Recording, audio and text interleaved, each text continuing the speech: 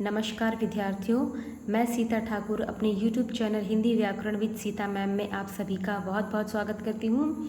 तो बच्चों, पिछले वीडियो में हमने वर्ण के बारे में पढ़ा था और जब वर्ण पाठ पूरा हो जाता है तो वर्ण के बारे में, अक्षरों के बारे में जानने के बाद हम शब्द के ऊपर विचार करते हैं। तो आज का हमारा पाठ है शब्द रचना। क्योंकि बच्चों, वर्णों को जोड़ करके, अक्षरों को जोड़कर क्या बनते हैं? शब्द बनते हैं। तो आज इस पाठ में हम पढ़ेंगे कि शब्द जो है वो हिंदी भाषा में कहाँ कहाँ से आए हैं, क्योंकि हिंदी भाषा में शब्द जो है विदेशी भाषाओं से भी आए हैं जिसका हम प्रयोग करते हैं। आगे इस पाठ में हम इन सभी के बारे में पढ़ेंगे। तो सबसे पहले हम शुरू करते हैं शब्द रचना, कि शब्द रचना जो है वो किसे कहते हैं। इंग्लिश में आप इसे कहते हैं वर्ड फॉर्मेशन। शब्द रचना, वर्णों के मेल से शब्द बनते हैं। यह मेल सार्थक होना चाहिए। तो बच्चों, कहा गया है कि वर्णों यानी कि अक्षरों के मेल से, अक्षरों को मिलाने से क्या बनते हैं? शब्द बनते हैं। और ये जो इन अक्षरों का मिलना, वर्णों का जो मेल है वो सार्थक होना चाहिए। सार्थक यानी कि ऐसा शब्द जिसका कोई अर्थ हो, जिसका कोई अर्थ होता है, हम उसे कहते हैं सार्थक। तो वर्णों को हमें क्रमबद्ध इस प्रकार रखना होता है कि उसका कोई अर्थ हो, यानी कि कुछ मीनिंगफुल वर्ड निकल के आए। इस प्रकार से हम वर्णों को, अक्षरों को क्रमबद्ध रखते हैं। जैसे उदाहरण दिया गया है कमल, नदी, पानी। इन सभी से किसी न किसी अर्थ की अभिव्यक्ति हो रही है। तो बच्चों, ये जो कमल शब्द है, नदी शब्द है, पानी शब्द है, इन सभी शब्दों से हमें किसी न किसी अर्थ का पता लग रहा है कि कमल का अर्थ क्या होता है? एक प्रकार का फूल है। नदी के बारे में आपको पता है, पानी ही जीवन है। हमें इन सभी शब्दों का जो है अर्थ पता है। तो इस प्रकार से क्या है कि इन शब्दों से किसी न किसी अर्थ की अभिव्यक्ति हो रही है। यदि वर्णों का क्रम उलट पुलट दिया जाए तो कई बार निरर्थक शब्द बन जाते हैं। अब जैसे कि इन्हीं शब्दों का अगर हम क्रम उलट दें, उसे उल्टा कर दें, तो वो शब्द जो है वो निरर्थक बन जाएंगे। और बच्चों, निरर्थक का मतलब होता है ऐसे शब्द जिसका कोई अर्थ नहीं होता। जैसे लमक, दनी, नीपा आदि। तो ये जो आपको ये जो शब्द नज़र आए हैं, अब ये जो शब्द हैं ये भी तो वर्णों को जोड़कर ही बने हैं ना। परंतु क्या है, ये शब्द जो है क्रमबद्ध नहीं है और ना ही कोई अर्थ दे रहे हैं। तो इसीलिए ये जो शब्द हैं ये निरर्थक शब्द कहलाएंगे, क्योंकि इसका कोई अर्थ नहीं है। ठीक है। तो बच्चों, आशा करती हूँ इतना आपको समझ में आया होगा। अब आगे बढ़ते हैं। शब्द निर्माण की निम्नलिखित विशेषताएं होती हैं। शब्द वर्णों के समूह से बनते हैं। बच्चों, शब्द जो है वो कैसे बनते हैं? वर्णों के समूह से बनते हैं। शब्द से किसी अर्थ की अभिव्यक्ति होनी चाहिए, यानी कि शब्द ऐसे होने चाहिए जिसका कोई अर्थ हो। निरर्थक शब्दों पर विचार नहीं किया जाता, यानी कि व्याकरण में भी ऐसे शब्द जिसका कोई अर्थ नहीं होता, उस पर व्याकरण में भी उस पर कोई ध्यान नहीं दिया जाता, कोई विचार नहीं किया जाता ऐसे शब्दों पर। शब्द वाक्य में प्रयुक्त होकर पद बन जाते हैं। बच्चों, ये ऐसा कहा जा रहा है कि शब्द जो है वाक्य में प्रयुक्त होकर पद बन जाते हैं। इसका अर्थ होता है कि जैसे कि मैंने लिया, एक कमल शब्द लिया और मैंने इस कमल शब्द का प्रयोग जो है वाक्य बनाने के लिए किया। जैसे कि मुझे कमल का फूल पसंद है। तो जब हम शब्दों का प्रयोग वाक्य में करते हैं, वाक्य बनाने के लिए करते हैं, तब वे शब्द जो हैं वे पद बन जाते हैं। ठीक है। अब यहाँ पर बच्चों शब्दों का भी जो है वो वर्गीकरण किया गया है। ठीक है। शब्दों का वर्गीकरण किया गया है। शब्दों का वर्गीकरण जो है वो इस प्रकार से किया गया है, इस आधार पे किया गया है शब्द के भेद। अब पहला है आपका स्रोत, उत्पत्ति के आधार पर। दूसरा है प्रयोग के आधार पर। तीसरा है आपका अर्थ के आधार पर। और तीसरा यहाँ पे है आपका रचना के आधार पर। माफ़ कीजिएगा, यहाँ पे गलती हुई थोड़ी। चौथा है आपका अर्थ के आधार पर। तो एक एक करके हम इसके बारे में पढ़ेंगे।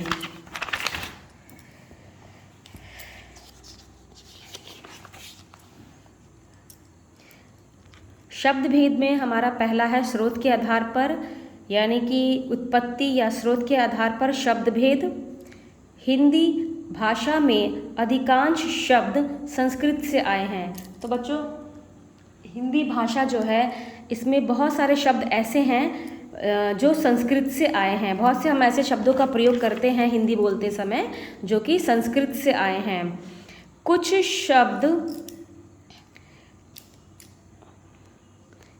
शब्द मूल रूप में तथा कुछ शब्द परिवर्तित रूप में हिंदी में प्रयोग किए जा रहे हैं।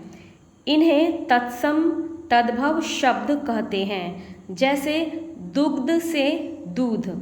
ठीक है, तो बच्चों यहाँ कहने का अर्थ यह है कि हिंदी भाषा में बहुत से शब्द ऐसे हैं जो संस्कृत के शब्द हैं और हिंदी में उनका प्रयोग जो है वो जैसे हैं वैसे ही कर लिया जाता है, नहीं तो उनमें कुछ बदलाव करके, उन शब्दों में कुछ बदलाव करके हिंदी बोलते समय उनका प्रयोग होता है। तो इन्हीं को तत्सम और तद्भव शब्द कहते हैं। जैसे दुग्ध जो है वो संस्कृत का शब्द है और उसे हिंदी में दूध कहा जाता है। तो आगे हम स्रोत के आधार पर शब्द 4 प्रकार के होते हैं। तो पहले हमने बच्चों शब्दों का जो वर्गीकरण किया था शब्द भेद में, पहला जो हमारा भेद था उत्पत्ति के आधार पर या फिर इसे स्रोत के आधार पर भी कहा जाता है, उसके भी यहाँ पर आपको 4 भेद देखने को मिलेंगे बच्चों। तो स्रोत के आधार पर शब्द जो है वो 4 प्रकार के होते हैं। तो पहला है तत्सम शब्द। तत्सम शब्द का यहाँ अर्थ होता है बच्चों कि संस्कृत भाषा के जो शब्द ज्यों के त्यों यानी कि बिना बदले हिंदी में प्रयुक्त हो रहे हैं तत्सम शब्द कहलाते हैं। जैसे रात्रि, कर्म, अग्नि, क्षेत्र आदि। तो यानी कि यह कहने का अर्थ यह है कि तत्सम शब्द उन्हें कहते हैं कि संस्कृत के कुछ शब्द जिनमें कोई बदलाव नहीं करके वो जैसे हैं वैसा ही उनका प्रयोग जो है वो हिंदी में हो रहा है। तो ऐसे शब्द जो हैं वो तत्सम शब्द कहलाते हैं। जैसे यहाँ पे उदाहरण दिया गया है रात्रि, कर्म, अग्नि, क्षेत्र। ठीक है बच्चों, कहने का अर्थ यह है कि संस्कृत के ही शब्द हिंदी में ही प्रयोग हो रहे हैं लेकिन बिना किसी परिवर्तन के। अब दूसरा है आपका तद्भव शब्द। तद्भव में क्या होता है कि संस्कृत के जो शब्द हैं वो हिंदी में प्रयोग किए जाते हैं परंतु कुछ बदलाव के साथ। जैसा कि यहाँ लिखा गया है संस्कृत के जो शब्द परिवर्तित रूप में हिंदी भाषा में प्रयोग किए जा रहे हैं तद्भव शब्द कहलाते हैं। जैसे रात, काम, आग, खेत आदि। तो तद्भव में क्या होता है कि संस्कृत के शब्द हिंदी में प्रयोग हो रहे हैं परंतु उनमें कुछ बदलाव करके। जैसे रात्रि से क्या बना रात, कर्म से क्या बना काम, अग्नि से क्या बना आग, क्षेत्र से क्या बना खेत। ठीक है, ये तो इन दोनों का अंतर हो गया। अब है देशज शब्द। अब देशज शब्द जो है वो क्या होता है इसके बारे में हम जानेंगे। ये वे शब्द हैं जो क्षेत्रीय भाषाओं या उपभाषाओं से आए हैं अथवा आवश्यकता अनुसार गढ़ लिए गए हैं। जैसे खिड़की, पगड़ी, डिबिया, जूता, झुग्गी आदि। तो ये जो बच्चों ये जो सारे शब्द हैं ये देशज शब्द हैं। इसका कहने का तात्पर्य यह है कि हमारे ही गांव घरों में कुछ जो लोकल लैंग्वेज हैं, जो क्षेत्रीय भाषाएं हैं, वहीं से ये शब्द निकल के आते हैं जिनका जो है आवश्यकता अनुसार जो है हम उसका प्रयोग करना शुरू कर देते हैं हिंदी भाषा में। ऐसे शब्द जो हमारे ही देश के गांव घरों से शब्द निकल कर आए हैं उसे हम देशज शब्द कहते हैं, जो जिन्हें क्षेत्रीय भाषा भी कहा जाता है। अब है विदेशी शब्द। तो जैसा कि हमें पहले से पता है बच्चों कि हिंदी भाषा जो है एक ऐसी भाषा है जहाँ हम बहुत से ऐसे शब्द का प्रयोग करते हैं जो कि विदेशी भाषाओं से भी आई हुई है। बहुत से शब्द ऐसे हैं जो अंग्रेजी के शब्द हैं, हम हिंदी बोलते समय प्रयोग करते हैं। अंग्रेजी के साथ साथ यहाँ पर बहुत से विदेशी भाषाओं के ऐसे शब्द हैं जो हिंदी में प्रयोग किए जाते हैं। अभी एक एक करके हम सबके बारे में पढ़ेंगे। तो ये है बच्चों विदेशी शब्द। ये शब्द विदेशी भाषाओं से आए हैं, जैसे अंग्रेजी से आया है स्टेशन, ट्रेन, सर्कस। तो बच्चों ये सारे शब्द ऐसे हैं जो हम हिंदी बोलते समय में भी इन शब्दों का प्रयोग करते हैं। अब है अरबी से जहाज, औरत, इज्जत, कानून, मतलब, तारीख, कीमत, अमीर, किस्मत, इलाज, वकील, किताब, कालीन आदि। तो ये सारे शब्द जो हैं बच्चों आप सभी इसका प्रयोग करते होंगे, हम सभी इसका प्रयोग करते हैं हिंदी बोलते समय। तो ये शब्द जो है ये अरबी से हैं। अब है फारसी से आदमी, ज़मीन, शहद, अनार, हफ्ता, जवान, किनारा, दरोगा, आवारा, काश, बहादुर, जहर, मुफ्त, आराम, जल्दी, खूबसूरत, बीमार, शाही आदि।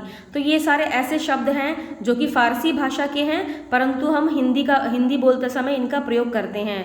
उसी प्रकार से पुर्तगाली से, फ्रांसीसी से, चीनी से, तुर्की से ऐसे शब्द जो हैं जिनका प्रयोग हम हिंदी बोलते समय करते हैं। तो बच्चों आज के इस वीडियो में हम शब्द के भेद, शब्द के जो पहला भेद है उत्पत्ति के आधार पर और उस स्रोत के आधार पर जो उस शब्द 4 प्रकार के होते हैं, इसके बारे में इस वीडियो में आज हम यहाँ तक पढ़ेंगे। बाकी का जो शब्द भेद है वो हम अगले वीडियो में कंटिन्यू करेंगे। ओके, धन्यवाद।